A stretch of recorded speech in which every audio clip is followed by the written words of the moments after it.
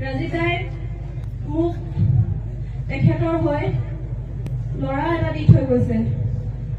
লৰাটোকো মই জাতিটোৰ কাৰণে আগবঢ়াই দিম আৰু এইখিনি কৰিলে আপোনালোকৰ সাহস আৰু অনুপ্ৰেৰণা, আপোনালোকৰ পৰামৰ্শৰ দৰকাৰ হ'ব। আপোনালোকে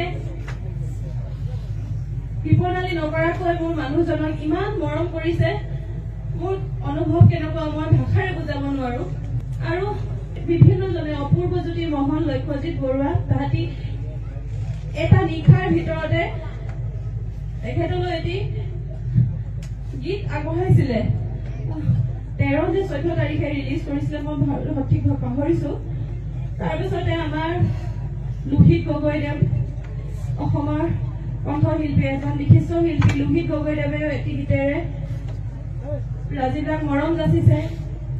বিশ্বজিৎ খাটোৱাল, সঞ্জীৱ বৰাদেৱৰ কথাৰে বিপিন চাওদাংদেৱেও এটি গীতেৰে ৰাজীৱদাক মৰম যাচিছে।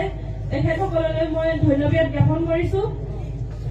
আৰু আজি ইয়াত উপস্থিত থকা জনগণলৈ মই এই মঞ্চৰ পৰাই সেৱা জনাইছো। আমাৰ পৰিয়ালটোৰ ফালৰ পৰা আপোনালোকক আপ্যায়ন কৰোঁতে যদি কিবা কোনোবাখিনিত ভুল ত্ৰুটি ৰৈ গৈছে, আপোনালোকে নিজ গুণে ক্ষমা কৰিব আৰু আমাক আশীৰ্বাদ কৰিব। আমাৰ এই বিপদৰ সময়ত আপোনালোকৰ উপস্থিতিয়ে আমাক যে কিমান সাহসী কৰি তুলিছে আমি ভাষাৰে বুজাব নোৱাৰো। মই বাৰে বাৰে কৈছো এইষাৰ কথা। আৰু আমাৰ পৰিয়ালটোক আপোনালোকে আশীৰ্বাদ কৰিব, ল'ৰাটোকো আশীৰ্বাদ কৰিব।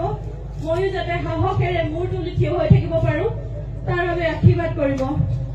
আৰু আমি যদি সম্ভৱ সমস্যাৰে কওঁচোন, ৰাজীৱদাৰ এটা ভাল লগা শব্দ, যিটো তেখেতৰ হয়তো আটাইতকৈ ভাল লগা এটা বাক্য, সকলোৱে সমস্যাৰে ক'ব দেই, জয় অসম।